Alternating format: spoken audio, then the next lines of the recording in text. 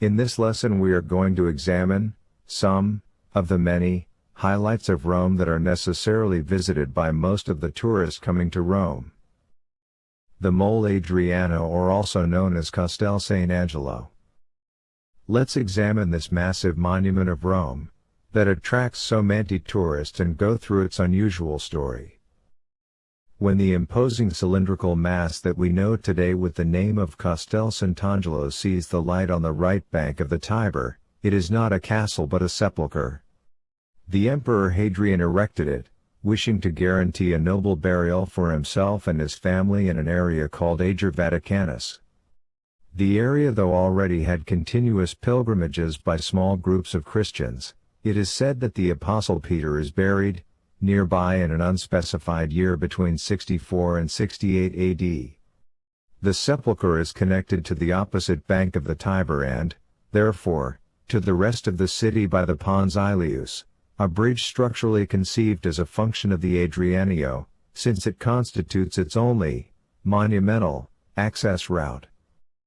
It is not possible to exactly reconstruct the original aspect of the ancient sepulchre, however we know that, in the general layout, it must recall the Augusteum, the mausoleum of Augustus built about a century and a half earlier and located a short distance away, on the shore opposite of the Tiber. Conspicuous remains of this original Roman structure, today almost unrecognizable, survive, such as the foundation structures of the base, the entire masonry core of the cylindrical body, the monumental entrance made of stone blocks, the helical ramp leading to the upper floor and the burial chamber, the so-called Hall of the Urns, intended to house the remains of the emperor.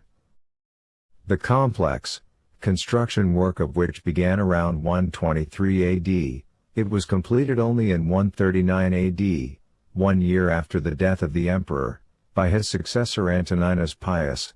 For about 150 years the sepulchre diligently fulfilled its function, welcoming the remains of the Antonines. The last emperor whose deposition is certain is Caracalla, killed in 217 AD, however the tomb probably also houses the remains of his successors, at least until its inclusion, as a fortified outpost, in the walls desired by the Emperor Aureliano in 271 AD.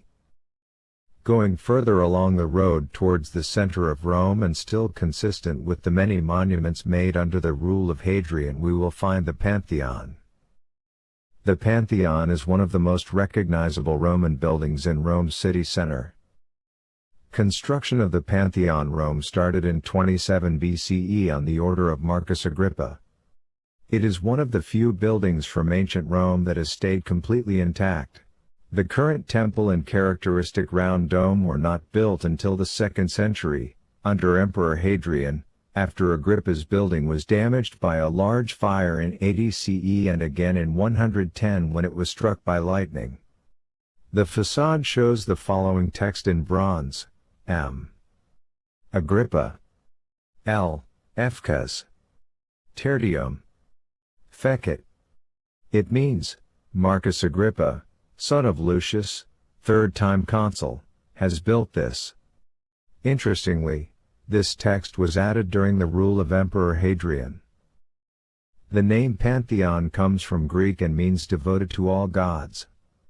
The Roman Pantheon was not used as a church until 608, when Emperor Phocas gave the building to Pope Boniface IV. The church was named Santa Maria ad Martyrs.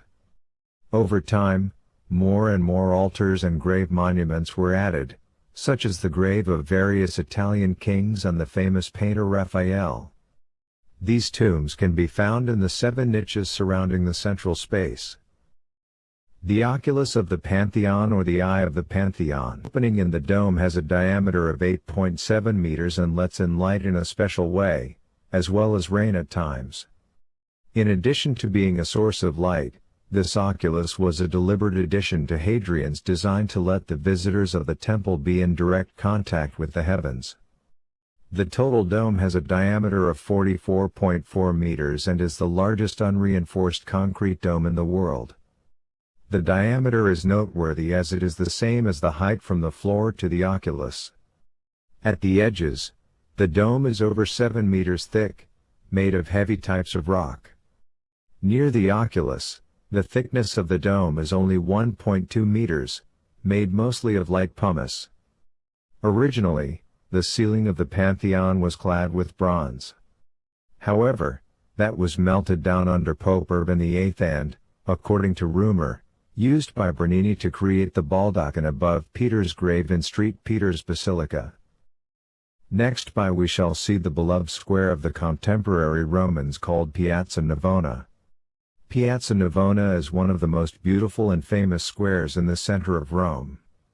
In 86 CE, Emperor Domitian commissioned this square with its unique, ovaloid shape. This shape is the result of its original function as the stadium for athletics competitions with stands for 20,000 spectators. Pope Innocent even organized the so-called Water Games during the hot summer months, for which the whole square was put flooded. After the fall of the Roman Empire, houses were built where the stands used to be, but the long athletics field remained free of buildings and would later become Piazza Navona with its beautiful fountains. A number of unique buildings were added to the square in the 17th century. For instance, Pope Innocent XIII commissioned the construction of the church Sant'Agnes in Agon, as well as a palace, and also commissioned Bernini to build the Fountain of the Four Rivers. Each river represents a continent and the church oversees the entire Known World, at that time. Australia was not discovered if not 2 centuries after the fountain was made. 4 statues representing the Danube for Europe, the Ganges for Asia, the Nile for Africa and the Rio de la Plata, a huge river that flows between what is now Argentina and Uruguay for America. Again, North America and its huge rivers were not known much at that time. The 16 meters high obelisk of the fountain originally came from the Circus of Maxentius located on the Via Appia. In addition to this fountain, the square also has 2 smaller fountains by Giacomo della Porta, an apprentice and close assistant of Michelangelo Buonarroti. They are called the Fountain of the Moor and the Fountain of Neptune. 2 marine divinities. Toto the Piazza has become a vibrant square with countless cafes, terraces, and street performers and portrait artists. See you in the next lesson for more.